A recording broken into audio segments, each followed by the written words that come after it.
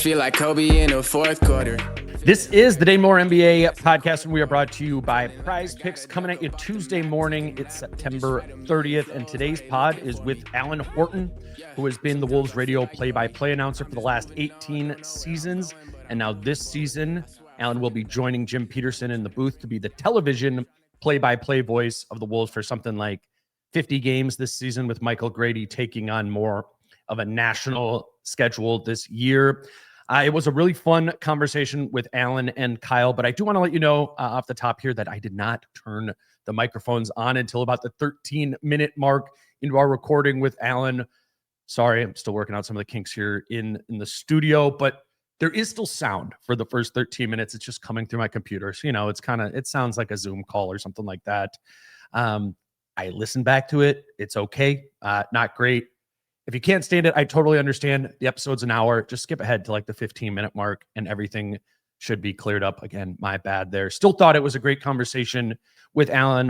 We get in a lot into the background of his career. We talk about working with Jim Petersen, and then just also some general Wolves talk about what Alan is looking for in training camp and the preseason this fall. He even makes a case for an Eastern Conference team that he thinks Wolves fans should be upset with this season. Again, sorry about the sound right off the bat, but do know it gets better about 12 to 13 minutes in. Alan Horton, the play-by-play radio and TV voice of the Wolves, coming up next. Let's go. Hey,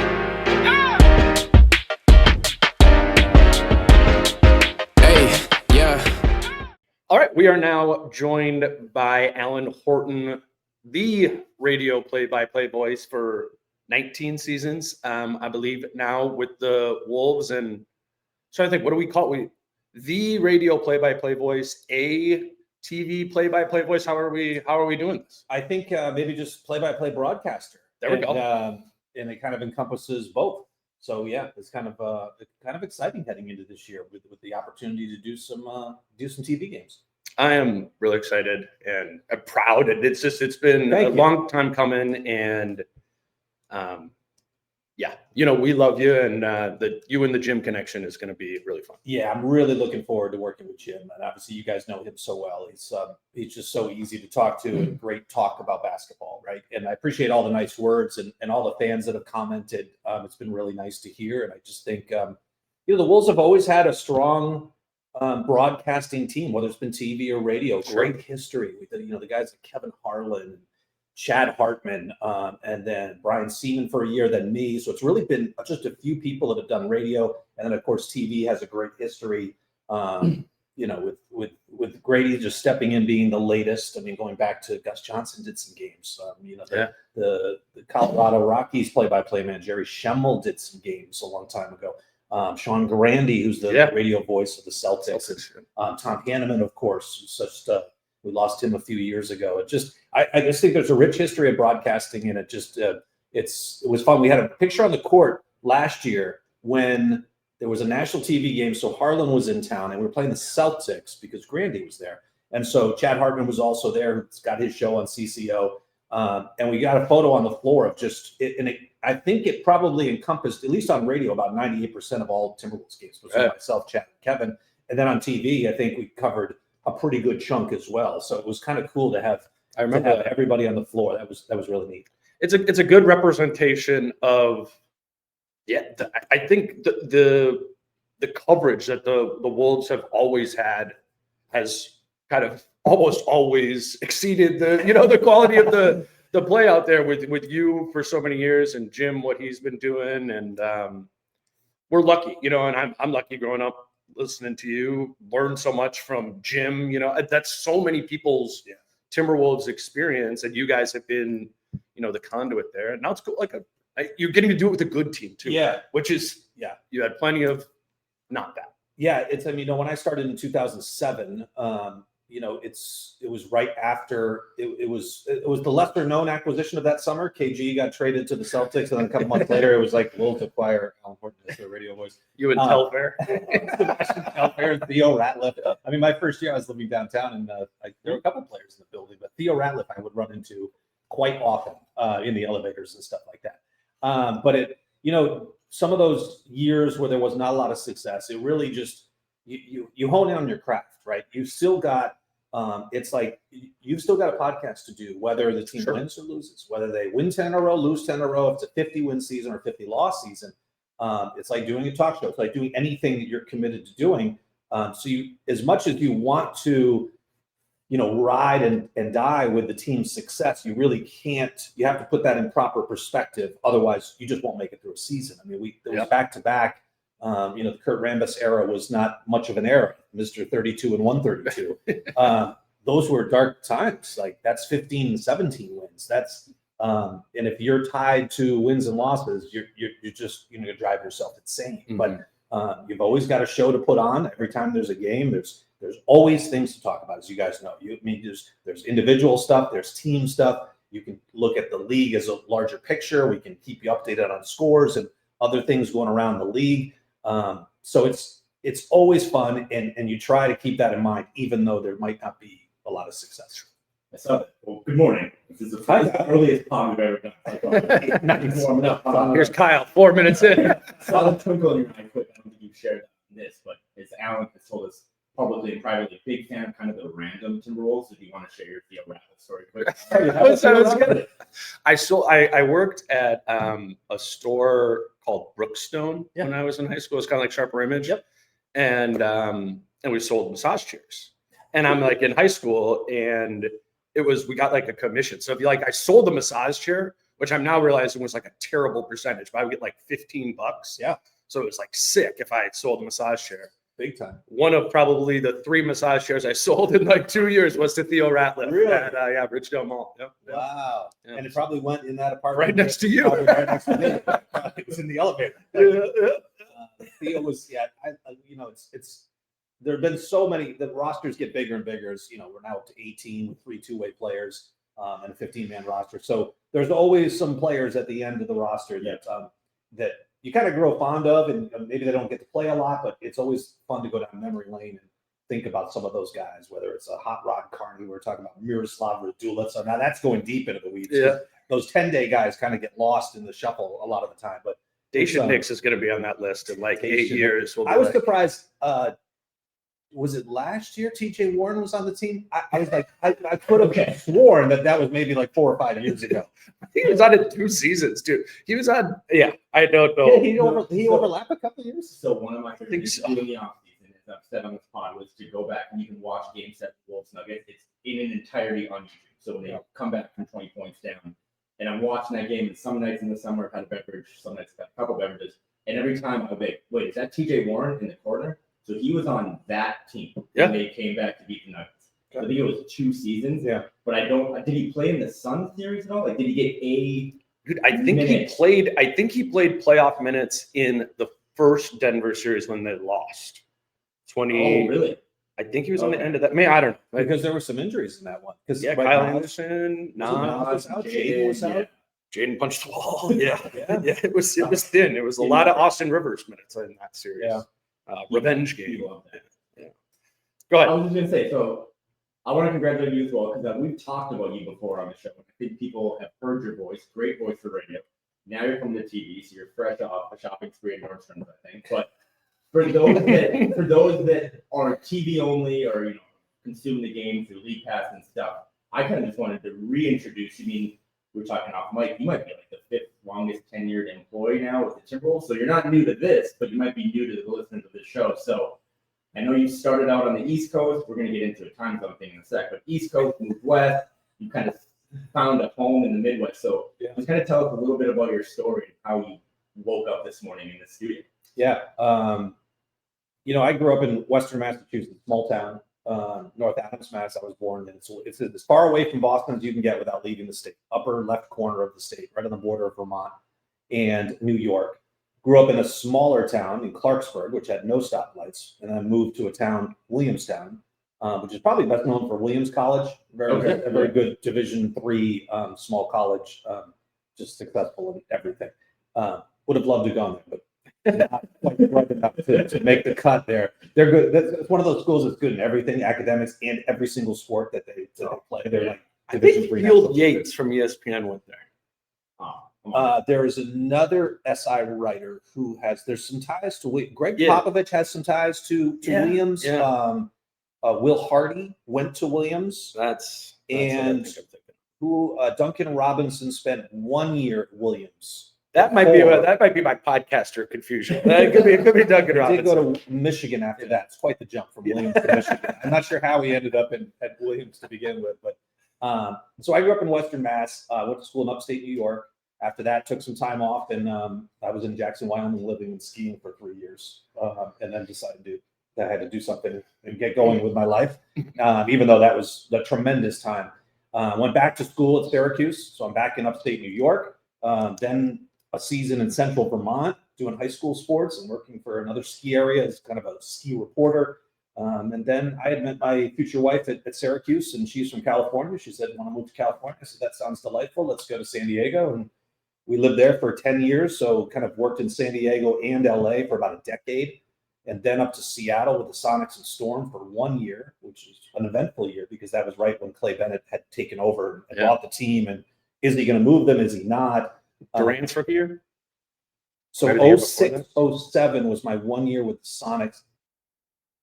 I can't remember if he came in. No, he came in 07. Yeah. So 06, 07 was Rashard Lewis, Chris Wilcox. We highlighted a lot of Ray Allen, Rashard Lewis, and Chris Wilcox was our number 3 star. Not a great season, but learned a lot. And I wasn't doing play-by-play. I was behind the scenes kind of with I was doing the Storm play-by-play and sort of behind the scenes with the Sonics as their executive producer of their radio network. And then moved to, got the call late in the year of 2007 and got hired on October 15th, which is crazy to think about now because that's deep in the heart of preseason. And my wife and I and our young son were driving from Seattle to Minnesota, was in the office like one day. Next day, I'm on a flight with Billy McKinney, and we do a broadcast the next day. That was basically playing catch up the rest of the year because just you had no time to kind of you had no basis because I hadn't been doing play by play. Yeah, I'd been around the league, but it's different when you're doing play by play and doing the boards and filling in information that I now have. 18 years worth of information on boards on guys. Obviously not new players, but so that's kind of my journey, and it's it's taken me here. We found a home in the Twin Cities, and it's been great. 2 more guys from that team that ended up driving from Seattle to Minnesota that you might recognize: Luke Rittenauer and Mikel Jellicoe. That was his rookie season, and I can't remember what he did with the Timberwolves, but he was definitely someone on the payroll. Yeah. He was he was here. Luke Rittenauer had a great highlight. He had a game winner once, I think, against the Jazz, little floater down the lane. That was probably one of the few highlights that season. I remember my joke with Luke Rittenauer is that they started him at the 2 guard next to Ricky Rubio. That's how dark it used to be. Like that Luke Rittenauer was like your starting 2 guard, and then kind of have upgraded. Because he was there a few years, wasn't Luke? Yeah, I think he was there for a couple of years. So going back to what you said again, not to talk about your whole journey the whole time because I think we're talking about the season, but when I interviewed you 2 years ago, because when we have people like you on that have found a ton of success, like in sports media, it's like, hey, do you have any advice for the younger people listening? But I remember you talking about that 1 year in Seattle, how many different kind of roles you had, and how many you were working, helping, cutting clips and highlights. And this is back again in 06, 07 when there's no TikTok and stuff. But you kind of were a 5-tool player in the sports media realm. And I would imagine that because I've talked with you about this, Dane. I get to sit next to him when he does radio up in Portland. There's just Alan. Shout out to Jim. We love Jim. We love Grady. But they got a lot of people. Sometimes if Jim just puts his hand in the air, they'll bring him a Coke. I'm that guy for Alan. I got to bring Alan a Coke. So you have to do, like you said, you have to pitch. You have to play catcher. You have to hit. How did all of that? You always talk about building your resume and getting your reputation. How did that help you? Do you think not only get to Minnesota 19 years ago, but also now allow you to be the radio guy that's just jumping over to do TV? Yeah, I always tell young broadcasters, I think you try to, or in any, doesn't have to be just broadcasting, it could be really in any field, make yourself as valuable as possible. That is intriguing to an employer who wants to get the most out of the money they're spending to hire somebody. And so I tried to do as many different things in broadcasting as I could. I tried to do as many different sports as I could because NBA worked out great, and I would have chosen the NBA, I think, if I had my choice, but you don't know where the opportunity is going to come. And so, in Southern California, I got a chance to do, we did, there was a local TV station in northern San Diego. We would do high school sports on TV, and it was a real just bare bones operation. So you learned how to do things without an IFB. You learned how to do an open without talking to the director and just having to time it and having things go wrong constantly. But I did water polo, I did soccer, I did volleyball, we did football and basketball. Obviously, we did boys, we did girls, we did everything. And I produced, I engineered, I knew how to play sound. I knew, I don't know the details of how an engineering board works, but I know that this goes in there and that goes in there and that will get me on the air. And if something goes wrong, okay, check this, this, and this. And so that helped me get the opportunity in Seattle because David Locke, who's the radio voice of the Jazz, he was the voice of the Sonics, and he's the one who hired me to come up. He went from the Storm to the Sonics. They needed someone to do the Storm play-by-play, but the real job was the executive producing of the Sonics. Like, they were jumping stations. They needed someone to be in the studio, to do a little bit of on-air stuff, and also just sort of the behind-the-scenes stuff. And he said, we could have hired 100 people to do the play-by-play. There's a lot of talented people out there, and so much of play-by-play is what the employer is listening to and thinks of someone's voice. And someone could think, you have a great voice, and another person could say, I don't like his voice. And that's happened to me before. But what set me apart was having that varied background and the ability to hook up ISDN and get set up and do all the things behind the scenes that maybe somebody else did. That kind of put me in a different category, and it really set me on this course to eventually come to Minnesota. So I'm kind of used to doing a lot of different things, and I've kind of brought that to the broadcast. And anybody who's listened know I try to play sound from the players, almost coming out of every break. If I'm on top of it and have set things up, I try to come, because there aren't that many breaks and there aren't that many opportunities to play sound. But coming out of breaks, or maybe at a free throw, I can slip in a 20-second soundbite from Rudy talking about the matchup, or Ant discussing the last game and how he performed. I try to bring those things in just to vary the broadcast a little bit. Like, I realize I'm by myself, and I don't know that I'd want to listen to myself for 2+ hours. So I try to do some different things. I bring Cal Soderquist, our studio coordinator and studio host, into it. So we've now carved out, we're keeping you updated on what's going on around the league. What are the storylines tonight? And just kind of varying things up. And I think that all kind of stems just from being able to do a lot of different things, in my career coming up. That's really hard to do on the fly too, like the integrating sound clips, and you don't know when the breaks are, and you don't know, you can't totally prepare for everything. As I just turned the mics on for this, sorry, listeners, the first 10 minutes of this is going to be bad sound from the computer, but we're all good now.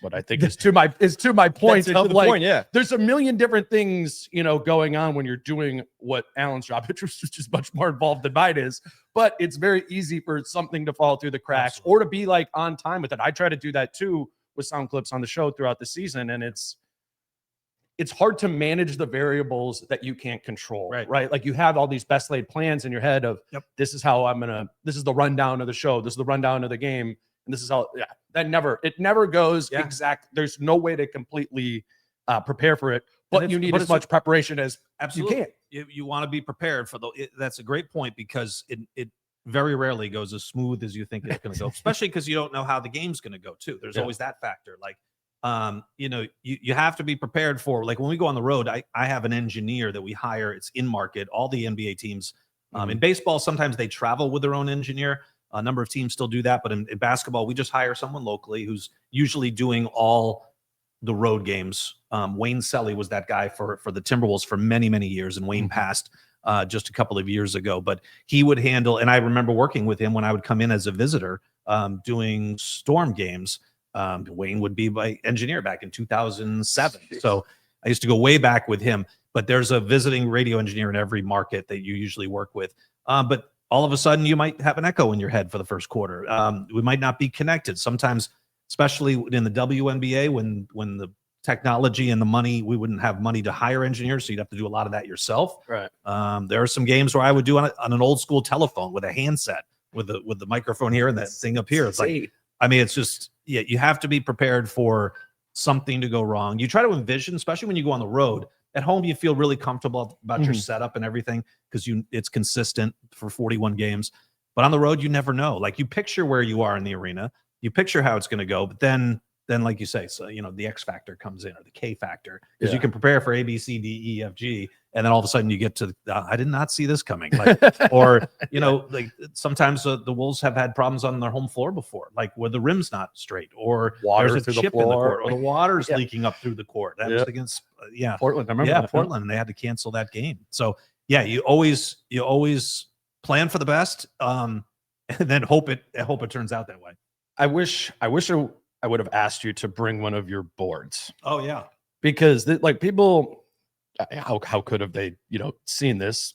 But you guys basically, I guess my comparison would be like the offensive coordinator on the side of a football game. You know what I'm saying? That's right? so much better than what my analogy was going to be. But just keep going. I don't know if I'm allowed to say this one. Like, I mean, Grady showed me his, Dave showed me his. I've seen yours before, and it's like a menu, and you are preparing that. I guess that's what my question is what does the preparation of that look like? Because you have a completely new board for every game. You're making a whole new menu and a whole new playbook. So it's you can have companies. There are companies that provide those for you. I've never found one that does it kind of exactly the way I'd like it. So I would end up just redoing those to begin with. So I'd like to do all my own stuff, and I'll have a board for each team, and then I'll have a couple of other sheets that's got more information. And those are kind of the backbone of the broadcast. If this never happens, but if there was nothing notable that happened in the first half of a game, I should be able to, with all the information I've got on these boards, last game, home record, series record, trends, I have enough information. If I do enough prep and get my board set the way I want, I'll be able to handle that first half, without anything happening on the floor. And that never happens because there's always something on the floor. And so it gives you a comfort level going into a game that I know where to look on my board to get that information. And it's, you try to get all these storylines, right? That's what this league is about. That's what these games are about. Hey, what's the latest with the Wolves? What's the latest with their opponent? What's Ant doing? And go right down the list. There's all sorts of things to talk about. So storylines are something you try to bring up at the beginning. Here's things to look at. And then the tricky part is going back to them and giving fans an update throughout the game. Hey, this is what we talked about at the beginning. Ant's been on this incredible stretch the last 3 weeks. Is it continuing or is it not continuing? Here's what he's doing well. And it's interesting, not having a partner. I try to, when I have been able to work with Jim Petersen, when there's a national game, sometimes over the years, we've been able to work together. And then obviously in the postseason, I love listening to his insight because it gives me an idea during the regular season of, okay, if Jim was here, what do I think he'd be talking about? What is he looking at? Because he's looking at it from a much different angle as a former player, as a former coach in the WNBA. He's seeing play develops, he's seeing matchups. Whereas sometimes with play-by-play, you end up following the ball, and there's a lot of stuff happening off the ball that an analyst does a really good job, especially like Jim, of bringing to the listener or viewer's attention. What do you do with these boards when you're done with the game? Like, are we just throwing them away? Because we have to hang some stuff in the studio still. So if we could put just one old board. They don't. Okay. You usually get just ripped in half, and I save a board from a big win this year. We'll have you sign it. We'll put it on the wall. Sign it, yeah. That would be. And those boards are. They are like a full You should do it for your weird game in San Diego this Saturday that nobody's going to be able to watch. We'll save it for against the Chinese team, maybe, or like we did Maccabi Ranana a couple of years ago. I always appreciate those foreign. I don't know how you fill up those boards. Those ones are pretty empty. Those don't have a lot of information, and I always give the front office a hard time for scheduling those games because I don't mind. I love doing the preseason because usually it's for you're doing a team that you're going to see eventually in the regular season. We're not seeing the Chinese national team or whatever the team that is. Lung Lions. Yeah, we're not going to see them. Now, usually those teams are loaded up with some American players that are trying to showcase themselves. So I'm hopeful there's maybe half the roster is, American guys, but that could be a little tough on the pronunciation. So my boards are 8.5 by 11, regular size paper, but I, turn them landscape wise sideways. And I learned early on, I used to have everything on the table in front of me. A lot of people take things down, but I found as soon as we got Ricky Rubio that I would call a play and then I would look down to kind of follow it up with a note or something to enhance what just happened. And I then look up and I'd miss it. And when we had Kevin Love and Ricky Rubio, I very quickly was like, I can't take my eyes off the floor because those outlet passes. Wait, how'd the ball get down here? Yeah, already? right. And it was Ricky pushing the pace. It was Kevin with those outlet passes.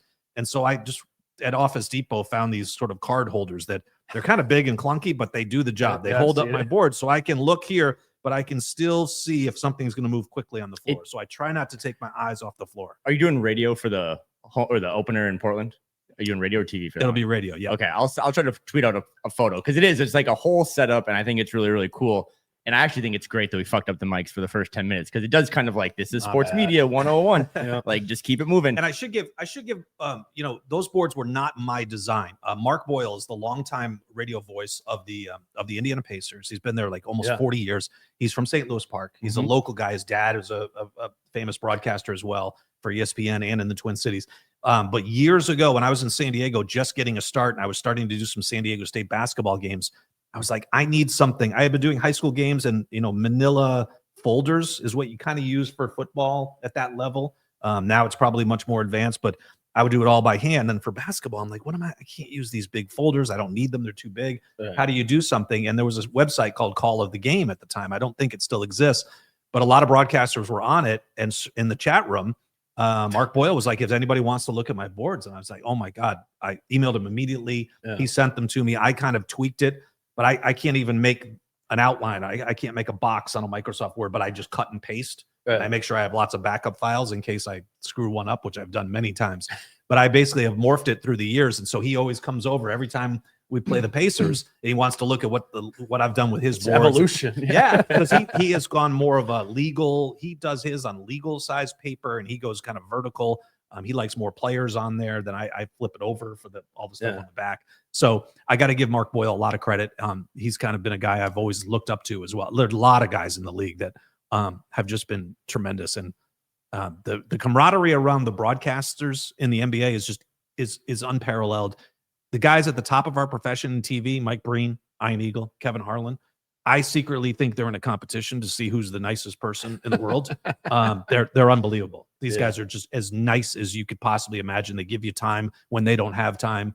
And you're just this young guy coming up. When Mike Breen comes up to you and says, hey, welcome to the league. And, what's your journey been like? And asking you questions. It's really cool. Did you have someone that I would imagine Kevin Harlan's one of the answers, but did you have someone you kind of looked up to when you got into this or when you were, chopping highlights in 06, 07 out in Seattle? I think there was probably nobody in particular, but it was, so we were probably doing radio. And so in 07, one thing we decided to do with the Sonics was that we knew the team wasn't going to be great. And so how do we bring fans into the rest of the league? And so we had a team of interns every single night rolling on games and cutting up highlights. And we would have like injury news too, because if any intern heard that, hey, somebody went down with an injury, boom, we'd pass it along to David on the air. And that was like before kind of the internet was really going and Twitter and all those things. And so I like to think we're breaking news to people like, hey, you're going to tune in. You're going to find out what's going on. Hey, James Harden just went down tonight in Houston. We'll give you an update on the postgame show or as we hear more. It was like the ticker at ESPN. Yeah, exactly, that was like how we got the news. And we'd sometimes break into David created this 30-point bell where if someone in the league scored 30 points, he wanted a loud kind of cowbell thing. And he was like, we're going to bring that back. And you just play it. And all of a sudden you'd be like, God, what is that? And he'd say 30-point bell. We get a moment here. We're going to go to, looks like James Harden went for 30, and we'd have the highlight of him getting 30 points. Yeah. So just kind of different things, trying to think outside the box and just trying to provide as much as we could for the listener out there. Today's show is brought to you by Prize Picks. I've been telling you about this. Kyle and I did the episode last week where we went through some interesting Wolves prize picks. We talked about all of the Anthony Edwards numbers. Maybe if you missed that episode, you don't know this, but prize picks numbers are set for season-long averages for Anthony Edwards, more or less than 27.5 points, more or less than 3.6 made threes per game, more or less than 5.6 rebounds per game, more or less than 4.5 assists per game. I think this is a really fun way to play prize picks. I did it a lot with NFL, and it's just season-long stats. So you pick more or less than on a season-long stat. I think those are the ones they have up for Wolves. They have Anthony Edwards, but you can do this with every player. I would really recommend, if you're already a prize picks player, go to that NBA season tab and look at more or less than, especially for the Ant ones. Always something going on over at Prize Picks. as a reminder to put together a lineup at Prize Picks. All you need to do is put 2 or more picks in your lineup to win. If you don't have a Prize Picks account, promo code Dane, and you will be given $50 in lineups when you play your first $5 lineup. That's prizepicks.com or the Prize Picks app. Again, promo code Dane when you create your account. Today's show is also brought to you by Adriana Lonick at Coldwell Banker Realty. And if it's time to buy or sell your home, please do reach out to Adriana Lonick at Coldwell Banker Realty to help you with the process. If you're buying or selling, you need a realtor to get the ball rolling. And to start the ball rolling with Adriana, go to thedancingrealtor.com. That's her website, or you can call or text her at 715-304-9920 to book a free strategy session. Even if you are just beginning to think about buying or selling a home, set up a free consultation and you'll start moving in the right direction. The perk we're offering is you set up one of those free consultations and you'll be entered to win some free Wolves tickets this season from us. Again, thedancingrealtor.com for more information, or feel free to call or text her at 715-304-9920. Like I said, mention this podcast, get entered to win some free Wolves tickets. Adriana Lonick at Coldwell Banker Realty and thedancingrealtor.com.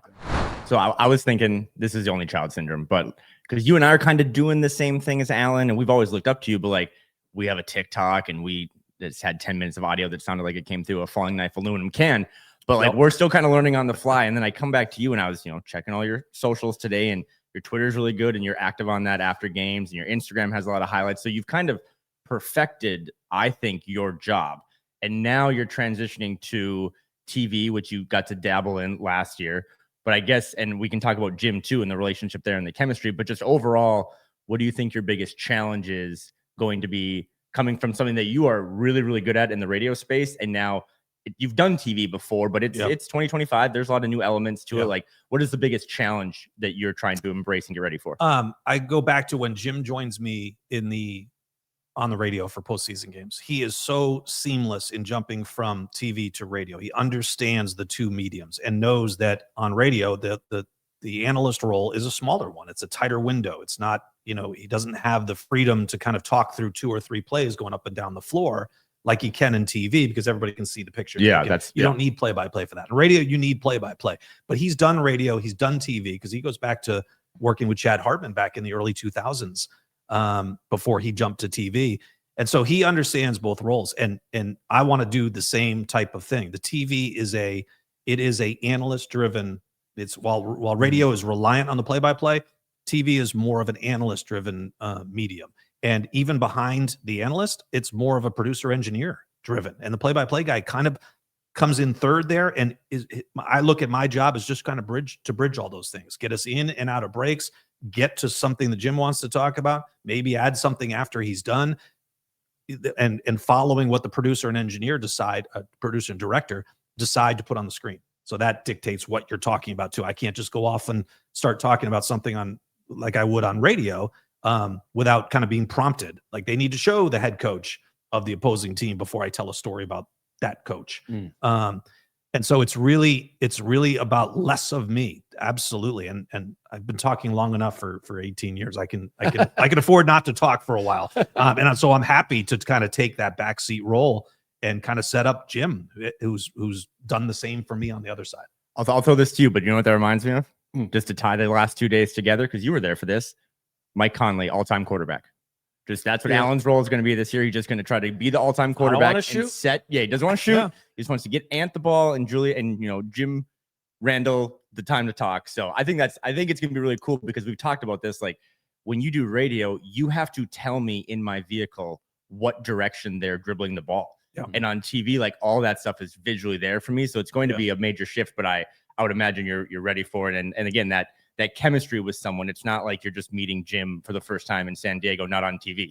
Yeah. Right. So, I think that's the thing that I've picked up, doing this and traveling some to road games and stuff, is how much of a tight-knit group it is of the broadcast teams. I mean, you've been traveling with Jim for 20 years. I mean, almost 20 years now to 41 road games, a year, which some of the games you've done radio together over the course of time, but you're getting dinner with him. You're sitting next to him at practice. I mean, you guys, And we spent had a the number of relationship. years in the WNBA together because Uh-huh. Jim was assistant coach and I was doing those games. So there were a number of seasons where you get even tighter in the WNBA because it's a much smaller knit group. And before they traveled privately, flying commercially, you're wedged in next to him. I always felt like commercially, I can't. Seeing Jim Petersen wedged into a middle seat in row 23 of a Delta Airlines flight. I mean, I don't know how he gets through it at his size, but so that He chemistry gets through it because he loves it, and He does. you knowing he you wouldn't have absolutely love it, and I think you guys are both very talented in your own way, but I just know how much you guys both love it, and I think that coming together and loving the team too, loving basketball, all of it. That has always come through in your individual broadcasts and together. I mean, you guys are just the voices of this whole thing, and now you're doing it together, even though you've been working around each other for a while. Right. And it's funny. Sometimes back in the a decade ago, sometimes we wouldn't, we just do our own thing on the road. You kind of deal with the season in your own way, and so, but we'd always be a sounding board for each other, and so we might not even have that many interactions for maybe a week, but all of a sudden, just like, I would just turn to him like, I can't believe the way they're playing, right? He just drives me up the wall. And I just vent for like 2 minutes to him. And then 2 weeks later, he's the one coming up to me. He's like, I can't believe this. You just have to kind of get that stuff out. You have to be able to talk to someone about it. So we've always had those kind of it's always after losses. Well, it is. Yeah. I get like a phone call from Jim and it's like 9:45 in the morning and they lost to like the Wizards the night before. I'm like, I know where this conversation is going. The ventilation is necessary. So I think that chemistry will come across on TV. I think it did in that one game we did against the Spurs in the spring, and then I did 2 Lynx games on TV with Leah B. Olson, which was great because I've known Leah for almost that entire time too. I've never actually worked a broadcast with her, so it was awesome to do a game with her and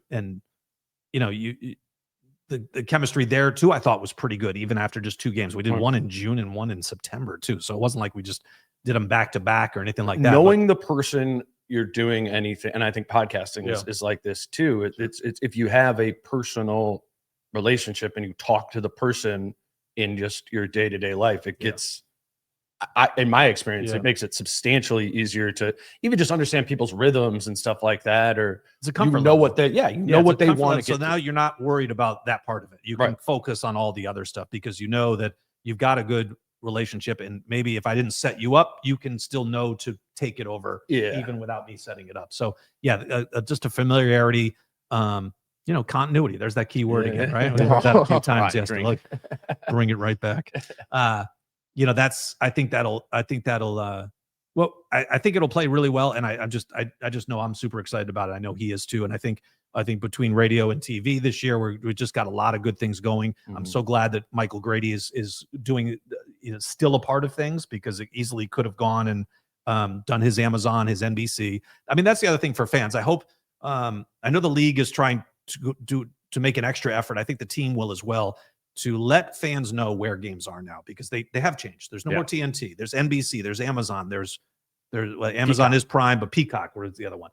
There's ESPN. There's ABC. Those are standard, but it is going to be games all over the place. And the Wolves are one of those teams that has maximized on national TV. So they've got 15 exclusive games where there'll be no local TV. Those will only be handled. And I think Michael Grady will have a few of those. So that's another way to get more of Michael on the broadcast. But I think we just kind of have things covered. And the simulcast, which will be the games that I'm doing TV with Jim, will carry that on the radio or on the iHeartRadio app. If those games are not on KFan, will be a simulcast is what it is. It's a TV broadcast.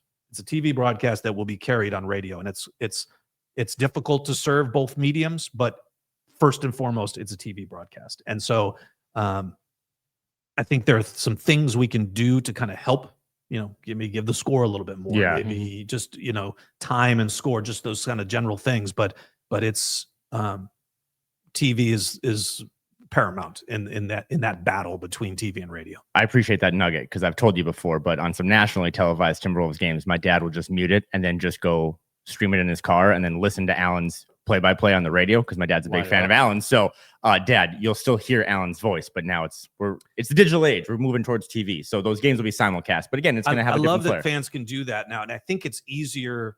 It's easier than ever to do that because you've got more devices that you can pause, and you can now pause if you're listening to the game. Fans have done a really good job over the last couple of years of adjusting to. We jumped to iHeartMedia and KFan, but not all the games are on KFan, and so they're all on the iHeartRadio app. So if you download that app, it's for free. You just type in Timberwolves, press play, and you're good to go. Yeah, and that has been a transition for fans. They're used to just turning on their dial and getting right to the game. But what you can do with that iHeartRadio app is pause it. Or Sirius XM, you can pause it, and you can line it up with your TV, and it just gives fans another option. If it's a national broadcast, if you want to hear the radio, if you want to listen to TV, that's why teams put it all out there for fans to consume their product in any way, shape, or form, whatever works for you. And I feel like through the years with technology, not as many games are on KFan, maybe half the season, regular season. We've been able to clear all the postseason games the last 2 years. We might run into problems if the Wild are good, but the iHeartRadio app, Sirius XM, the affiliates that we've got, you've got lots of different ways now to listen to the games and to kind of, like I said, consume them in a lot of different fashions. Are you doing radio this Saturday in San Diego? So in the Chris Finch era, we have I've traveled to every preseason game, including Abu Dhabi a couple of years ago. And I think 2 more teams are going to Abu Dhabi this year. I still think I had the only local broadcast from there. Everybody's, even the team, it's been on TV, but they've all done it remotely. So I was fortunate enough to go there and do those 2 games. It was kind of cool. Like Kenny Smith joined me for a quarter. Like he was there hanging out. There are a lot of different guys that are there promoting the game.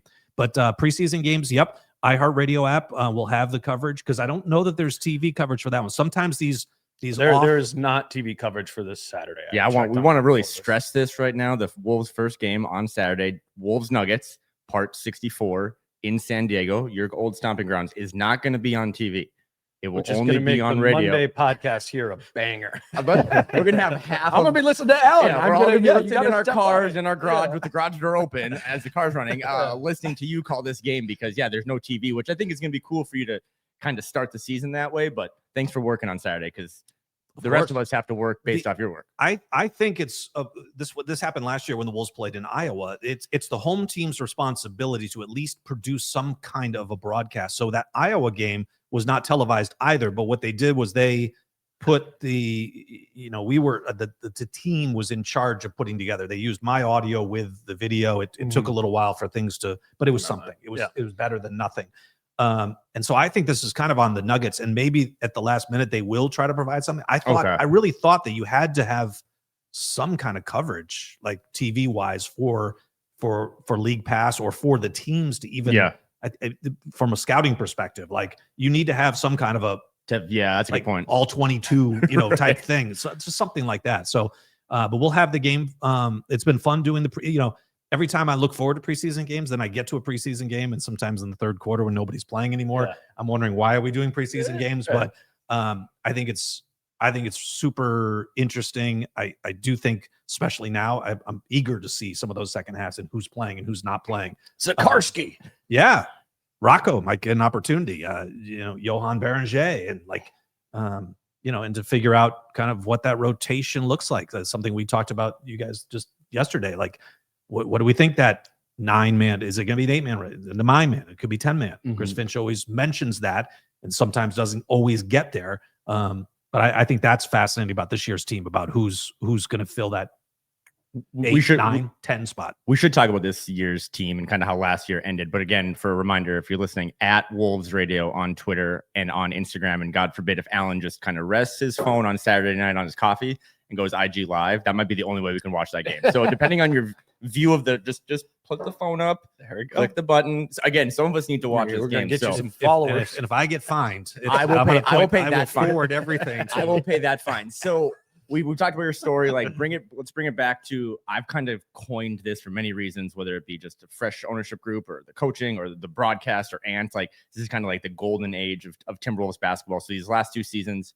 they've kind of fall short in the Western Conference Finals. Just take us back to how you thought last season has ended, and then all the stuff you've kind of heard or seen this summer, and then as we ramp up for day one of training camp today, and what you kind of expect or want to see in this preseason? It has been an awesome run this last this 4-year stretch of making the playoffs. I mean, only the Nuggets in the West have had a longer playoff streak than the Timberwolves.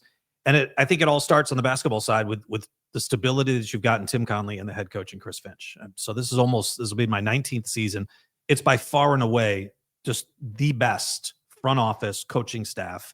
And I just don't say that because they're currently in place. I mean, the results speak for themselves.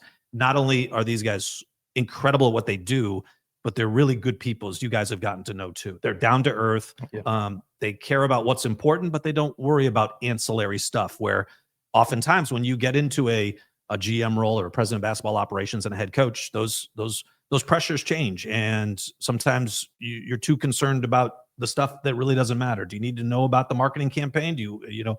And I think that's been a problem in prior years. These guys are focused on what they do. They're great people. They brought in great people too. I mean, players to a man. I just don't, the days of having some guys that, were not always focused on basketball or had other issues, those days are kind of gone. You guys have seen, like, they brought in really good people, and you can tell when you talk to them that they're thoughtful and they've got things to say, and they respect the media's time. They know that they've got a job to do. And that's no small thing, because I think that shows up in something you guys talked about the other day. Like, this feeds into continuity. When you build a roster, you're looking to fill 240 minutes a game, right? So if you have more talent than the other team, you're going to have a good chance to beat that team, because talent wins. But talent's got to play. And availability, what do coaches always say? Your best ability is availability. And the numbers of availability for guys like Mike Conley, who everybody thinks might be on the tail end of his career. I mean, he's played 89% of his games since he's been here, and half of those that he's missed have probably been strategic resting situations, which he doesn't do a lot of. At least half. And Ant's missed just a handful of games in the last 3 years. Nas, the last couple of years, has missed just a handful of games. Even Rudy has 70 played plus every year. Yeah, first off, I think that speaks to the quality of player that they've acquired. All of those guys. Jaden McDaniels has got a streak of 174 straight games played. Nikhil, who's no longer here, missed one game in his entire Timberwolves career, and that wasn't by his doing. He just was. It was like his first game. It was like he played the first game only like 4 minutes in garbage time. Then he missed the. He wasn't in the rotation. Right. He didn't play the final game before that All-Star break, and then the All-Star break he spent here. He got into Finch's system, figured it out, and was in the rotation ever since. He's got a games played streak of that's, I think, over 200 when you include postseason games. You've got quality people who care. So they care. And that's what Tim Conley do and Chris Finch. They care. They care about winning. They care about their players. They care about taking care of people and treating people the right way. And the players have followed suit. All those guys that have these streaks going, they care about the game. They care about playing. They've got that attitude of, I don't want to rest. I mean, Ant's sort of attitude of never resting unless he's really hurt. I think I don't know if it's trickled down, but all the other players have that similar thought. And so they take care of their bodies. It's amazing to see what Rudy decides to put in his body. He's like, no, not that drink, that drink. I like this because it's got this, and this is, I only eat this and this. He's very, and the guys have all followed suit. And you guys talked about this with Ant, how he's changed his diet. I mean, he's figured that out too. Yeah. He's realized that, he can't just order McDonald's or whatever he was doing on the app, ordering that one year, like in a post-game interview. Those guys take it seriously. And then I think the training staff has done a tremendous job. I mean, you can't get 100% healthy all season, but the Wolves, their starting lineups the last 2 years, nobody's gotten more minutes out of their starting lineups the last 2 years than the Wolves. And they've used the second fewest number of starting lineups. And when you can do that, you're going to have more talent than the other team. And so just to finish up on the training staff, just the way they prepare, the strength and conditioning, one of the players was talking about it yesterday. Because there's C. Hines, who is his player development coach, and D. Hines is like his more like physical. Both those guys have been there the whole time. Amy Johnson, the massage therapist, Greg Farnham, Aaron Sear, and their staff in the train. They do a wonderful job of keeping these guys. It really has worked really good, but it starts with the players. And it starts with their commitment to wanting to play. And these guys want to play. Today's show is brought to you by Factor. And when basketball season comes around, we start doing Factor meals at my household. For me, going to games again during the fall, it really is easy to take what appears to be the easy option, right? Just order more takeout, order more groceries.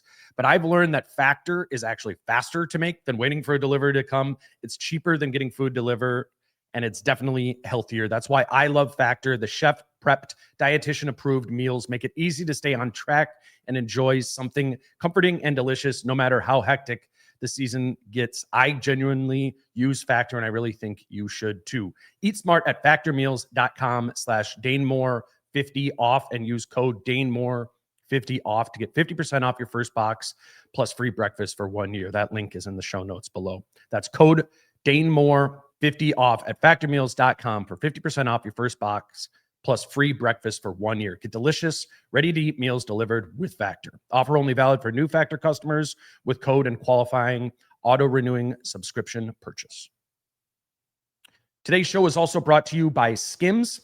Skims you know of from probably the women's clothing space, but they are here in the men's underwear space as well. You've heard me talking about them. I really think they're comfortable. Most comfortable pair of underwear I have ever owned. I have the stretch 5-inch boxer briefs, and they are perfect for going to the gym. Comfortable in that capacity, also comfortable for just being at home, sitting on the couch, watching a game or something like that. That's my favorite thing about them. And I think it's what's unique is they work for working out or hanging out at home. Like I said, stretch 5-inch boxer briefs are my personal favorite, but they have all different kinds, cotton briefs amongst other styles. I think you should try and find a pair that works for you. Be more comfortable. Shop Skims Men's at skims.com and Skims stores. Let them know we sent you. After you place your order, a drop-down menu will show up that you can select the Dane Moore NBA podcast that lets them know that you heard about them through us. Again, Skims Men's at skims.com and Skims stores. And I think that's cool insight because we try to talk about that, right? When I'm on the road and I'm like talking to these people, but I think it matters a lot more and hits a lot harder coming from you, who is like, I think sometimes people roll their eyes at, oh yeah, everyone behind the scenes is great. But I think if you've been here long enough and maybe there wasn't always, I think that's why Alan is saying it is in some of those, you know, because like I always love just turnover before. There's continuity in these other staffer roles. Yeah. That's a thing. And that one really makes sense to be productive. Sorry. Gotcha. No, and then those are the people that do kind of put everyone else in position. Like you said, even like Cal, like going back to Cal Soderquist, like he puts you in a position to be really successful. And now look at what you've done. So I think those people sometimes kind of get forgotten when you think about the Timberwolves or the 15-man roster. It's like, hey, there are a lot of people behind the scenes. The other thing too is when a player comes back from an injury, like I can remember in years past, he's coming back, but it's going to take him a week or two to ramp up. I feel like when guys do come back from injury, just look at Dante and Julius last season.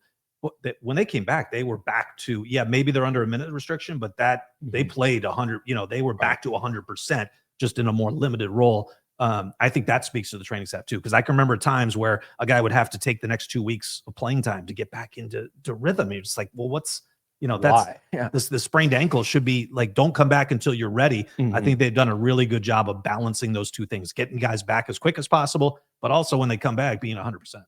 That's what gets you regular season wins too. Yeah.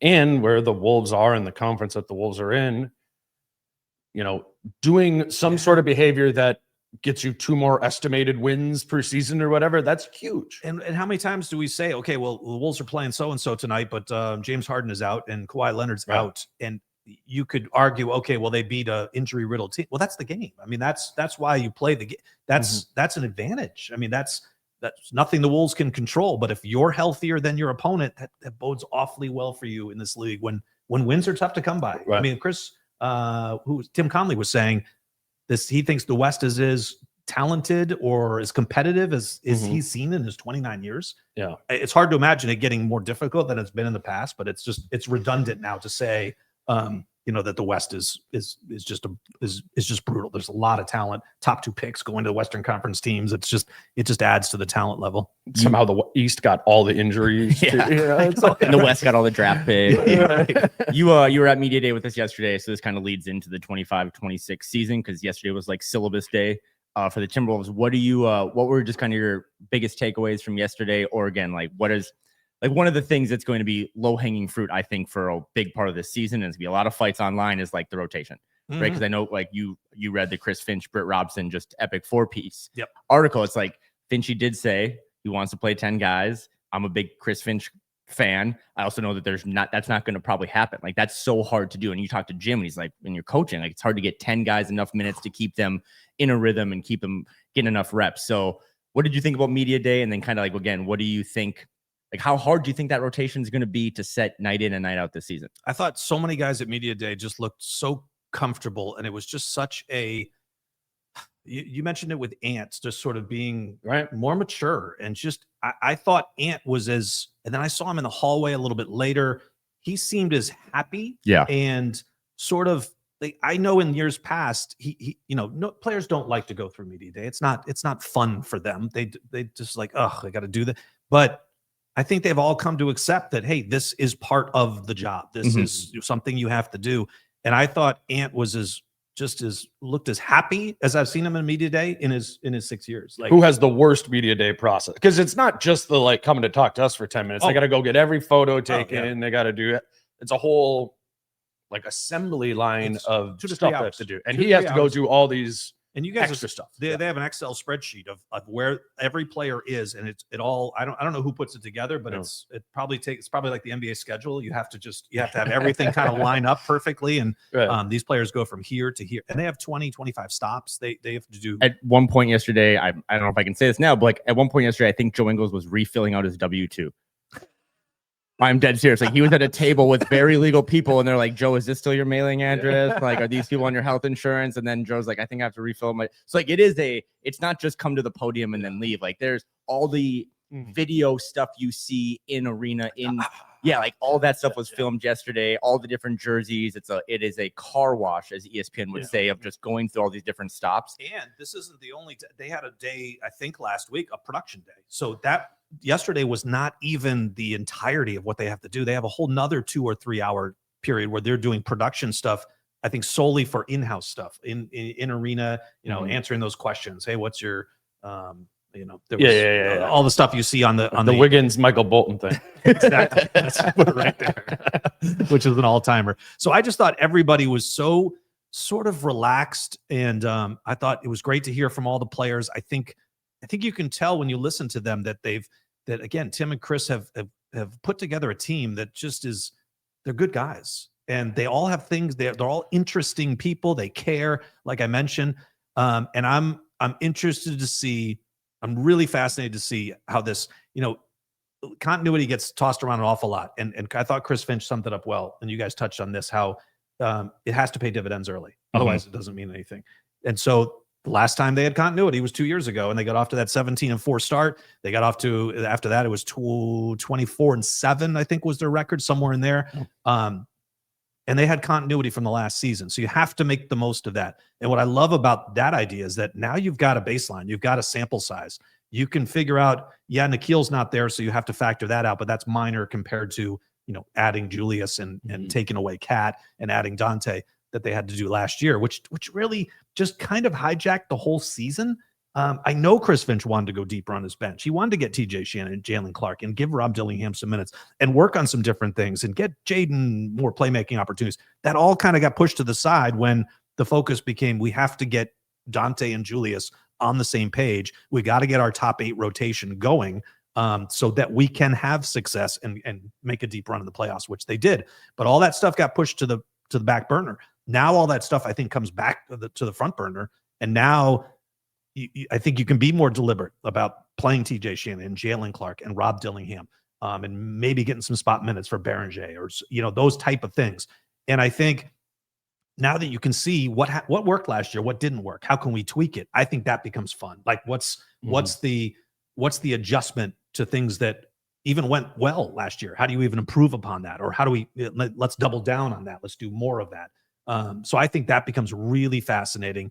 And I bring up that 2 years ago, that track, because that's a track record, what we have for Chris Finch and Tim Conley. So when he's got the same group coming back, it's maybe a small sample size, only 1 year, but that year was really good. That was a 56 win campaign. And really first half of the year was the number 1 team in the West. And logically it makes sense, right? That that you can hit the ground running. Yeah. You know, should.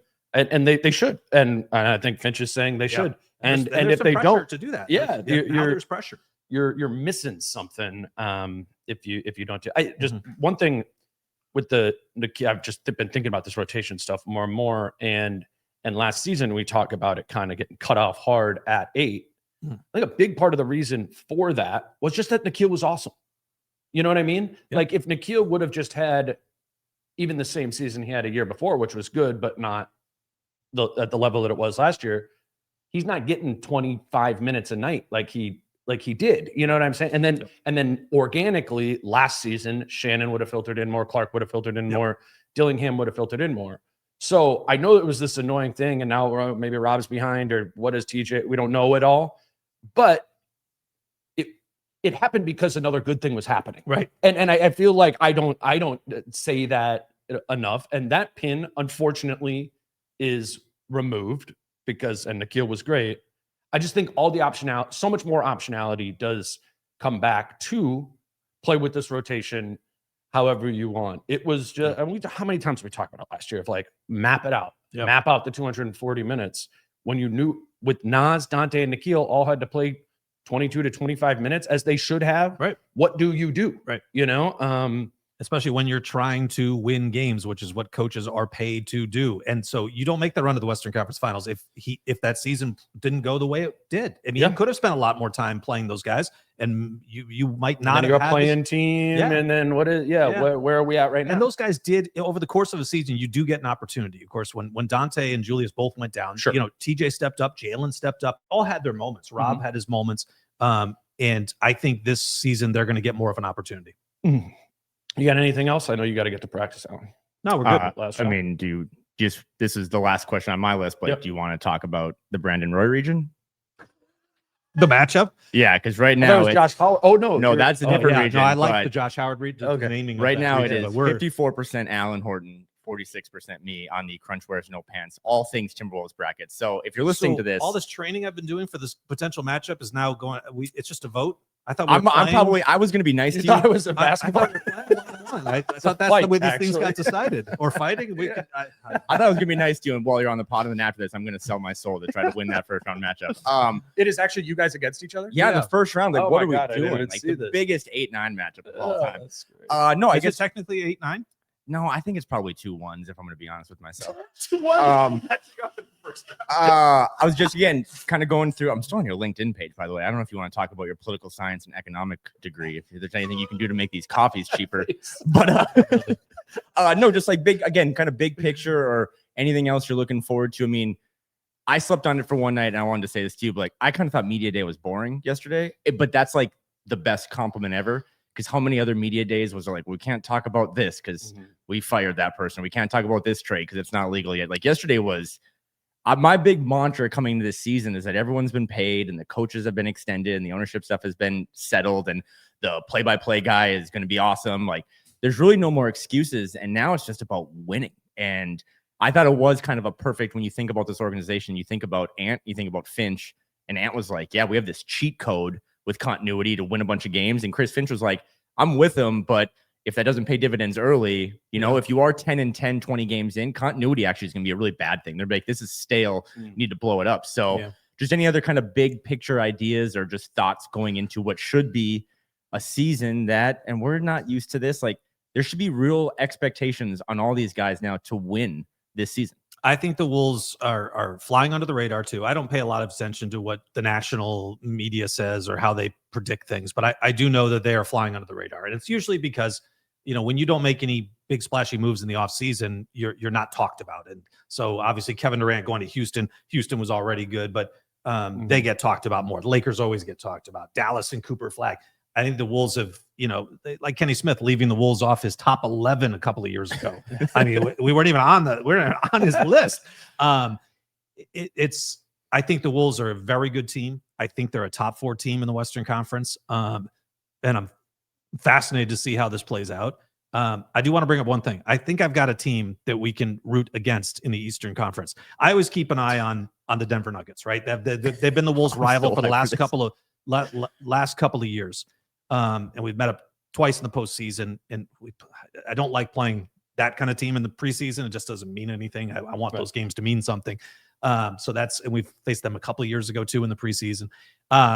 But the Brooklyn Nets, the one team with significant cap space in the offseason, and they decide to help out the Denver Nuggets. I'm anti-Brooklyn. I think this is a team we can really start to dislike in the East. There's really nobody in the East. Who do you dislike in the East? We don't play Milwaukee enough for that to be a real rivalry or anything.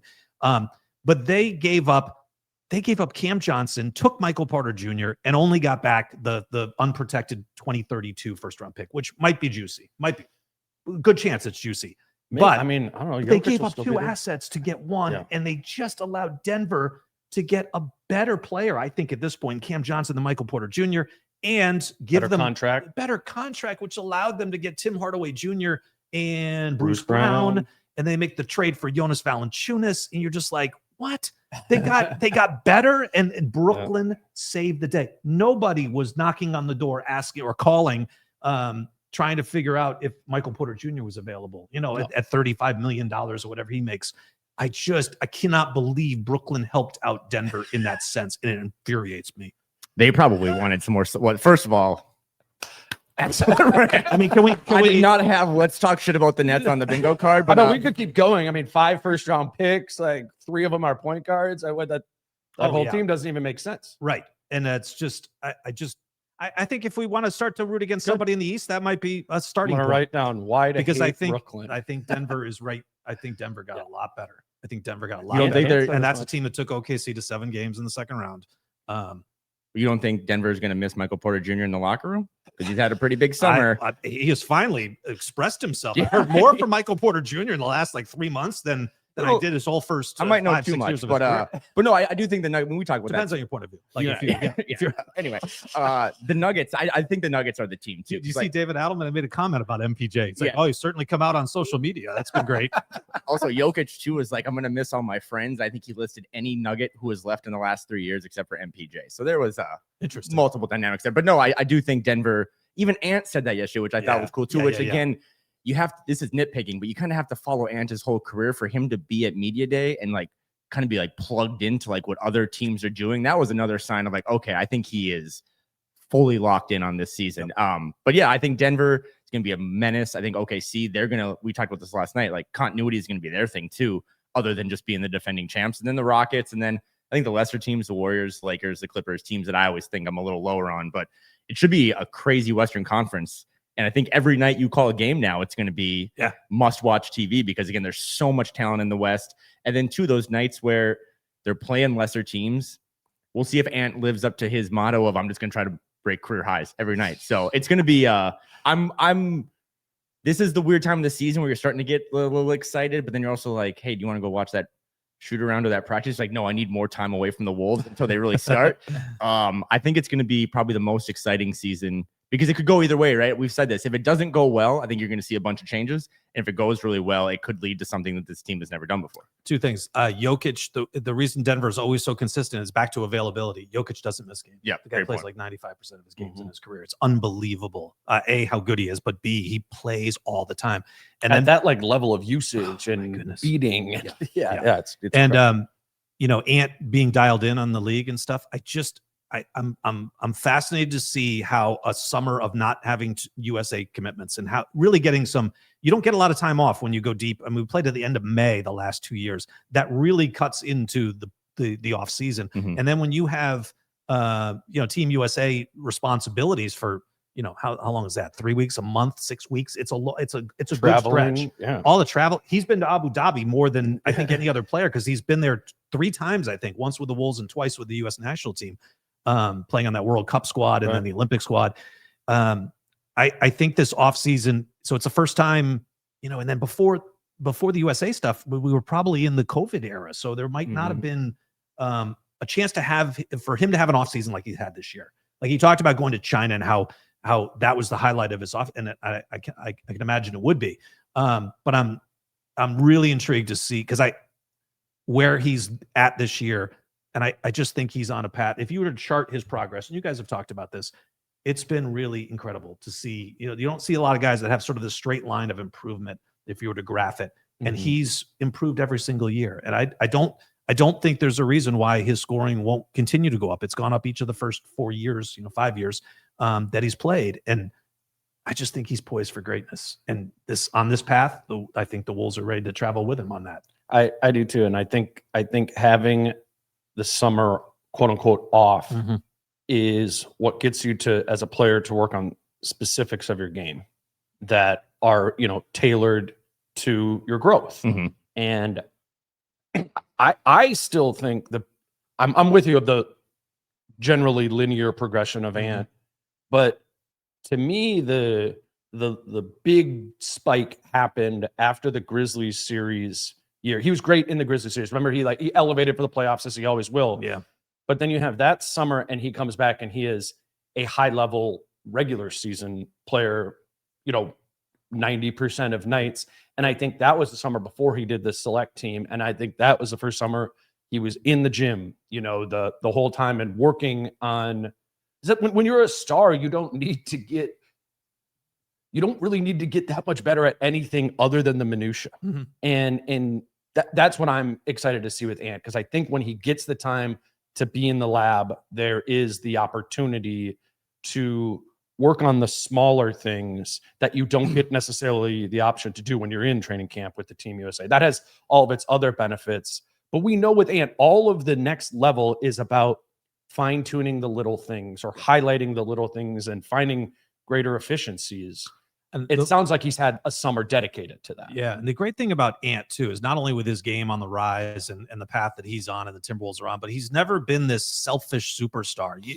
He has known from day one that he needs help. He needs his teammates. He realizes he can't make a run to the Western Conference Finals by himself. And he's always been a willing leader. Like, he's willing to have, whether it's Kat, whether it's Julius, be with him. He is, as you guys know, going in the locker rooms after games, he's much more comfortable talking about his teammates than he is his success. And I think that I think that's rare. I can't say I've been around other team superstars as much as Ant, but to genuinely do it is rare. Yes. And I think it is genuine. And I think that's why that bodes really well for him and this organization. And the relationship that the Wolves, I think this is an underrated thing in this league, as we've seen, you need to have a good relationship with your best player.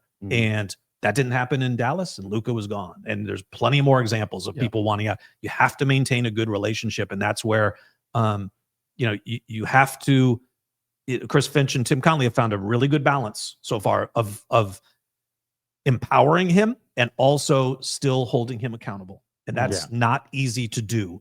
And that might be one of the biggest things in this league as far as teams and their star players are concerned. Well, I speak for Dane and everyone else on the show. We greatly appreciate you coming to the studio, giving us an hour of your time. I know you got to get to practice, but also too, like, off mic, like, you've been a great mentor and friend to both Dane and I. So we are elated for your success. We are elated for what is a growing role and a promotion. You are on kind of the Timberwolves organization, Mount Rushmore. I do hope I kick your ass in the bracket. So I want to mix those kind of compliment Oreo together. But yeah, we're just really happy for you. I have been saying all summer that this should have been your job. If they needed someone to replace Grady, like, you are the natural fit for this, and you're going to be great at it. And I know I speak for the fans. Like, we're excited to have you, transition from our cars now into our man caves and our living rooms and our kitchens. So congratulations. Well deserved. I guess my last question is, if you don't have, like, Dave Benz had the Anfax and Grady has the cash, like, do you have something you're cooking up? Because if not, and again, what do you got? Well, you're going to get a lot of texts from me late at night. So if you don't have one yet, I'm going to start brainstorming. But anything you've been workshopping, or is that going to, like Ann said, Ann, do you have a closing move, go-to move? And he's like, I'm going to show you. Is that your response here too? Like, I'm going to show you when the season starts? Let's just say I've been thinking about things, and it is a little different than calling on radio, but also every play is it's like having a home run call in baseball. I feel like home runs are different. Like, it's not it is high, it is far. It's not always the same. So I think you have to be able to kind of adjust to what the highlight might be. But I want to say thank you to you guys. That the comments are unbelievable. It's humbling. So thank you. And congratulations to you guys. This studio is fantastic. To all your success. I incorporate, when I say, like, the Wolves have great, has always had a rich tradition in broadcasting. I think that filters out to people, everybody who covers the team, whether it's podcasting, whether it's writing, whether it's writing books. I mean, and you having Jace and Chris and Britt, of course, and Kyle on has been awesome. And I think, whether it's John's pod or your pod, and there are a number of other ones as well. But the Wolves coverage, I think, I've always felt this, like since I got here in 2007, there's been great coverage, and the team hasn't always been at the same level as that coverage has been. But I think fans are lucky to have you guys and to have all the different ways that you can consume Timberwolves basketball, whether it's the written word, the spoken word, on video, on audio, all the different ways. So congrats to you guys. The studio is great. I'm glad that everything has kind of risen up for you. It's incredible. That's awesome. Thank you. No, it works because of that really high quality environment of reporters that, cover the team. Yep. This is a hard industry too.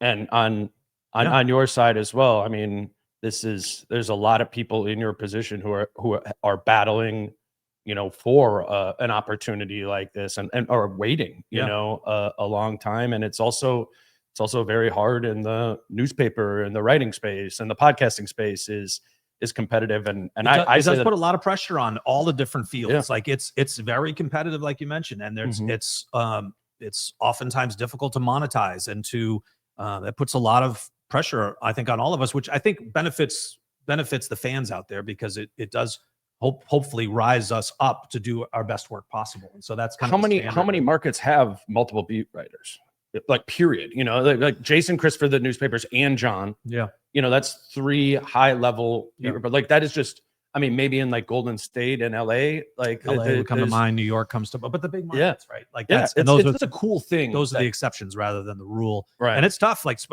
we still go to some places and there won't be reporters. I know, man, it's crazy. Unless you guys are traveling or Chris is on most of the trips, almost all of them. But I don't know where that is going forward. But yeah, there are some times where there's nobody at the end of shoot around. Like, granted, it's a Tuesday night in New Orleans, but or it's 6 feet of snow outside and you're in Detroit. But it's getting harder.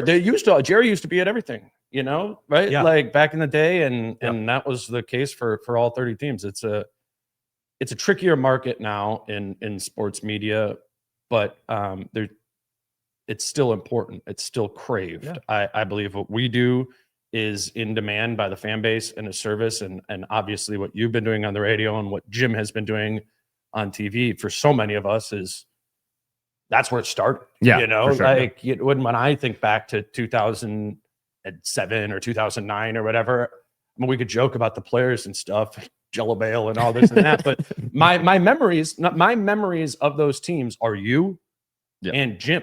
Like you guys told the story. You've been there. You've done all those things. It's just, as somebody who grew up in Minnesota and as a kid listening about, it is genuinely really cool to be like, wait, Alan and Jim are now teammates. It's I'm very excited. Yeah, thank you. Yeah, thank you. 75 minutes and we didn't make you talk about Ed Malloy. That's called maturity. That's called growth. We probably don't have enough time to break that down the way that have to be a special podcast on its own. That'll be the next Chris Hine book. We should document that at some point, like just that whole. We should make like a mini documentary of that. Yeah, you'll see him this year. Yeah. He has to talk to you now. He's Alan Horton. You can listen to him this Saturday on the Wolves radio broadcast, iHeartRadio app. Like I said, as I understand it, there might be early access to this game, and then of course all season for many of the Wolves broadcasts with Jim Petersen. Thank you for being here. Thank you, Kyle, for being here as well.